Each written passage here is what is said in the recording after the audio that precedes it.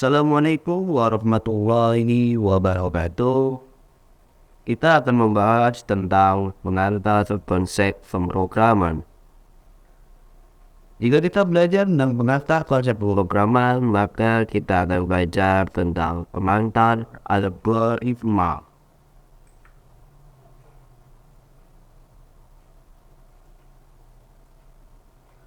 Apa sih definisi dari algoritma tersebut? Algoritma merupakan urutan langkah-langkah logis penyelesaian masalah yang disusun secara sistematis dan logis. Langkah-langkah dalam algoritma harus logis dan harus dapat ditentukan bernilai salah ataupun benarnya.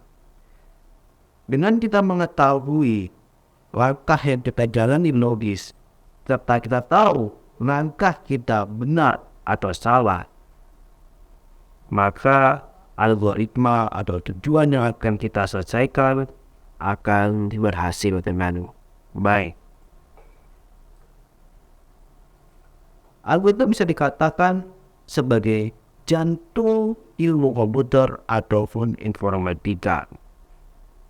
Tapi sebenarnya dalam kehidupan sehari-hari banyak sekali terdapat proses yang bisa dikatakan atau dinyatakan dalam suatu algoritma.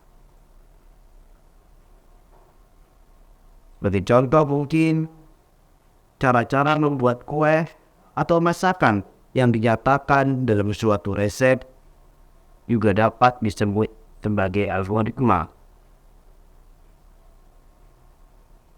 Pada setiap resep selalu ada yang namanya urutan langkah-langkah logis untuk membuat masakan itu sendiri. Apabila langkah-langkah tersebut tidak logis, tidak dapat dihasilkan masakan sesuai yang kita inginkan. Hal ini dikarenakan ibu-ibu yang mencoba suatu resep makanan akan membaca satu persatu langkah-langkah pembuatannya. Lalu ia akan mengerjakan proses sesuai langkah yang telah dibacanya. Step 1 apa, step 2 apa, step 3 apa, hingga step terakhir dari langkah-langkah tersebut.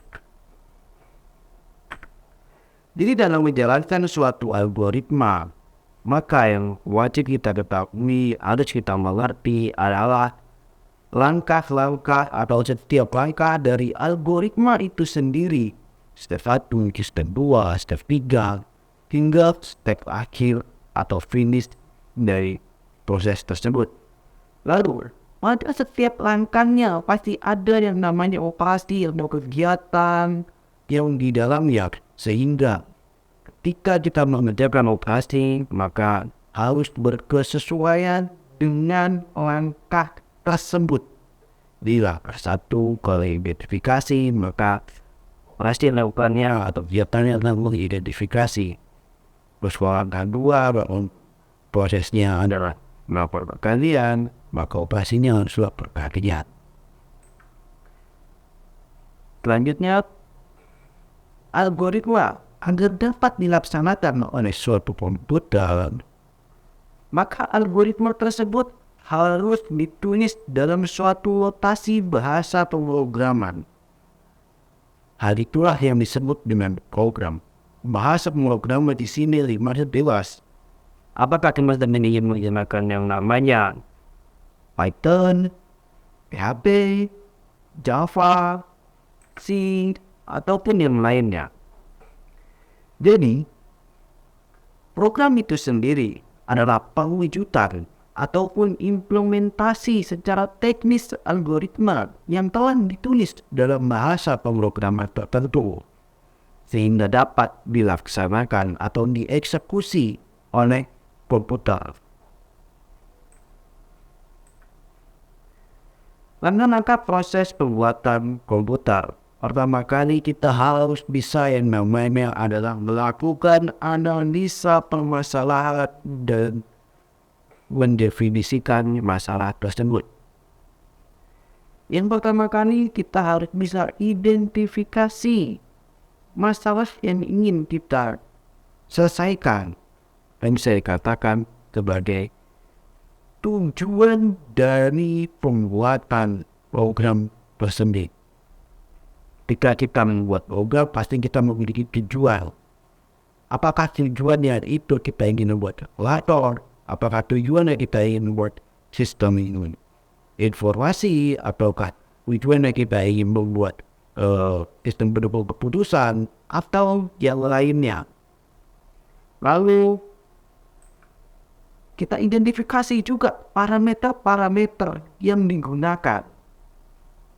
Parameter-parameter yang dibutuhkan untuk program itu nantinya berjalan. Selanjutnya adalah kita identifikasi fasilitas apa saja yang akan kita sediakan dari program tersebut. Kita tahu kita ingin fasilitas A, fasilitas B, fasilitas C.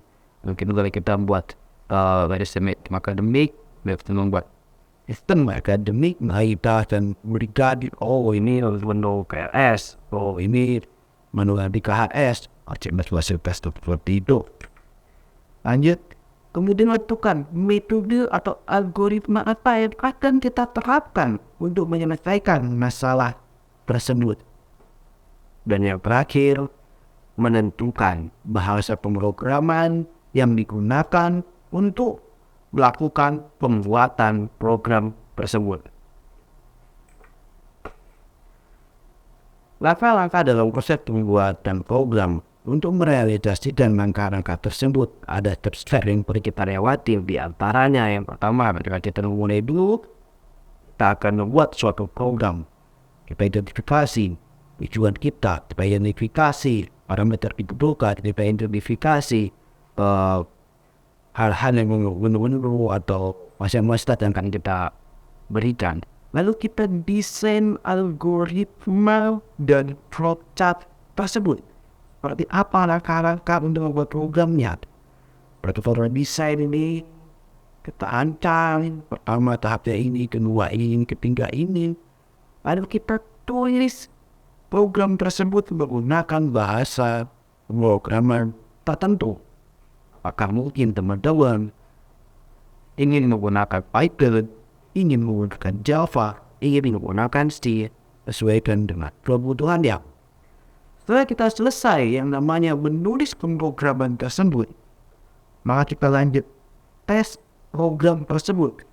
Apakah sudah benar sesuai dengan tujuan pembuatannya? Apakah sudah sesuai dengan algoritmanya? Kalau belum, maka kita perbaiki kembali sehingga tujuan itu benar-benar tercapai. Algoritma itu benar-benar sesuai, benar-benar logis.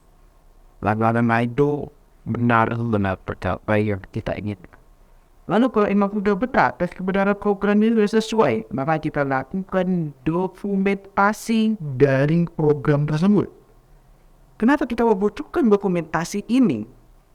Hal ini dikarenakan ketika kita akan meninjau ulang di masa depan atau beberapa bulan ke depan, ingin melakukan perubahan pada satu posisi atau satu langkah dari algoritma tersebut, kita bisa melihat dokumentasinya.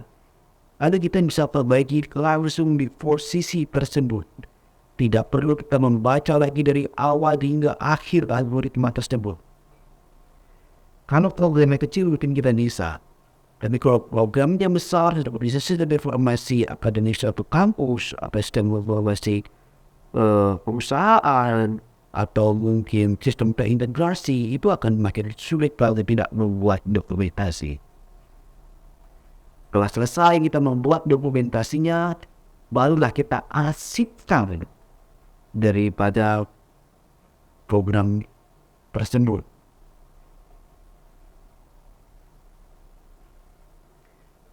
Di sini akan ada sebuah contoh bagaimana sih membuat algoritma sederhana untuk menentukan apakah suatu bilangan angka yang kita masukkan pada suatu program ia akan dinyatakan dalam bilangan ganjil atau bilangan genap.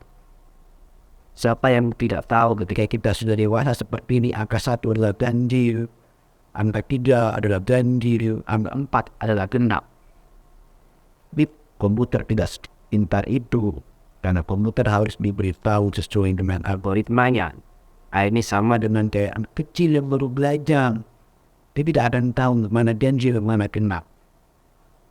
Lalu bagaimana sih kita buat algoritma biar kita bisa tahu itu? Bagaimana dia komputer ini tahu? Algoritma yang pertama adalah masukkan bilangan secara sembarang atau angka secara sembarang. Kita coba aja masukkan yang namanya adalah angka 5. Lalu rumuskan modulus atau bagi bilangan tersebut dengan bilangan 2. Contoh 5 tadi, lalu kita bagi dengan 2. Dikali 2 lebih 2, maka setiap orang mendapatkan 2 dan 2 masih ada yang 1. Lalu hitung sisa hasil bagi pada langkah kedua. Nah, ternyata sisa bagi dari 5 adalah 1. Yang 1 dapat 2 dan 2 pasti ada 1 lagi. Jadi bagian setengah. Maka bila sisa hasil bagi tersebut sama dengan 0, maka dia dikatakan genap. Tapi ternyata 5 dengan modulus 2 dia sisanya adalah 1. Apabila sisa hasil bagi sama dengan 1, maka disebut dengan ganjil. Inilah algoritma sederhana untuk menentukan apakah suatu bilangan merupakan bilangan ganjil ataupun bilangan genap. Selain dengan model narasi seperti ini, kita bisa juga membuatnya dalam bentuk flowchart. Ini merupakan simbol-simbol dari flowchart yang perlu kita ketahui. Yang pertama adalah terminator untuk start atau finish atau pengulangan dan akhir. Habis itu garis alir program, lalu ada preparation, persiapan, lalu inisialisasi, lalu ada simbol proses, lalu ada simbol output, ada simbol subprogram, ada simbol decision, ada simbol penghubung antar flowchart yang masih pada satu halaman, lalu juga ada simbol penghubung flowchart pada halaman yang berbeda, seperti itu. Lalu kita akan coba buat bagaimana sih flowchart untuk menentukan bilangan ganjil dan bilangan genap yang telah kita buat sebelumnya dalam bentuk narasi. Yang pertama kita buat dulu start, habis itu kita input bilangannya cara dengan bilangan, lalu ada simbol proses, hitung apakah buat hitung daripada modulus 2. Jadi kita formatting karena ada luasnya media macam halaman itu ada lingkaran level ini, lalu kita tanyakan apakah sisa baginya adalah 0 kalau iya genap, kalau tidak ganjil. Maka selesailah algoritma tersebut. Sekian pengantar dari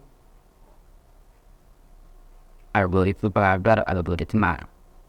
Saya akhiri. Assalamualaikum warahmatullahi wabarakatuh.